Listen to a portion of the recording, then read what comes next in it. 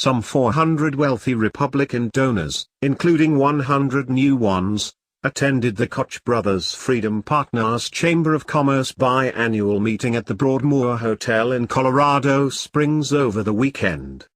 One of those who could have attended, but wasn't invited, was Republican presidential candidate Donald Trump. Trump was in Colorado Springs on Friday for a campaign stop in the afternoon and a presentation in Denver that night. He could have dropped in, but he wasn't on the agenda. Instead, the donors were treated to presentations and policy discussions from 3 Republican governors, 4 Republican senators, and 4 members of the House, including Speaker of the House Paul Ryan. In Trump's absence, Charles Koch, made clear the network's new direction, focusing on keeping and perhaps strengthening the present Republican Party's slim advantage in the Senate. Koch stated, "We have an uphill battle. The majority of Americans are focused on an increasingly stagnant, two-tiered society, with the rich and politically connected doing well and most everybody else stuck down below. People have lost their optimism, they're frustrated and disillusioned. They're looking for answers." Koch made it clear that neither Trump nor Clinton would be ones to provide them. Unfortunately, people are looking in the wrong places. They're looking to politicians. To me, the answers they're getting are frightening because these answers will make matters worse.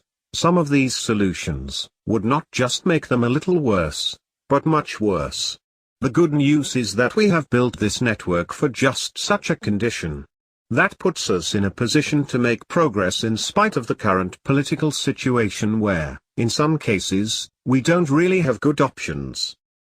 He then clarified the purpose of the Freedom Network. Only about a third of the funds raised by the network would go to direct political action, with the balance put toward education on immigration policy and government regulation.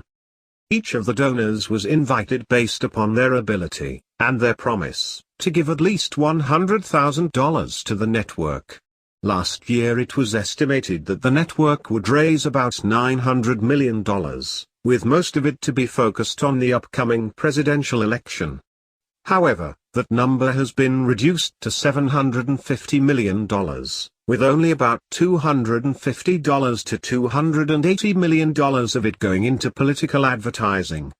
Network Chairman Mark Holden, General Counsel and Senior Vice President of Koch Industries, told reporters on Saturday that the network has no intention to go after Donald Trump and would run ads critical of Clinton only if strategists decided they would help Republican senatorial candidates in critical states with close races. The network has already contracted to spend $40 million in 5 of those key states: Nevada, Indiana, Wisconsin, Pennsylvania, and Ohio, and possibly Florida as well, where Senator Marco Rubio has just a 4-point polling advantage over his Democrat rival. In Pennsylvania, Senator Pat Toomey holds a minuscule 0.3% polling advantage over his Democrat rival.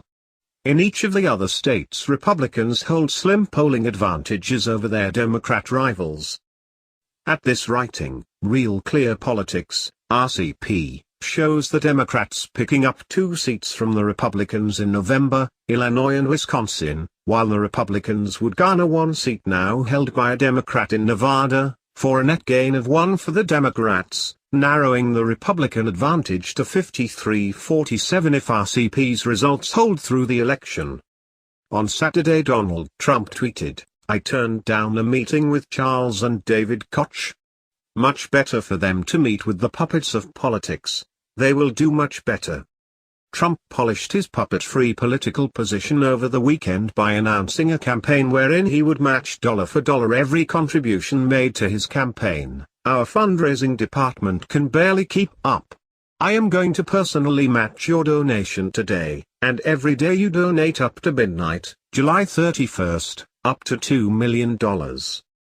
There could well be a coattail effect if the Cox network is able to keep and even expand the Republican majority in the Senate.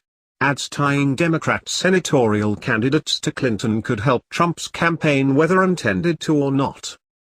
In addition, Trump's independence from those puppets of politics keeps Clinton from claiming that the Donald is just a mouthpiece for the Koch brothers.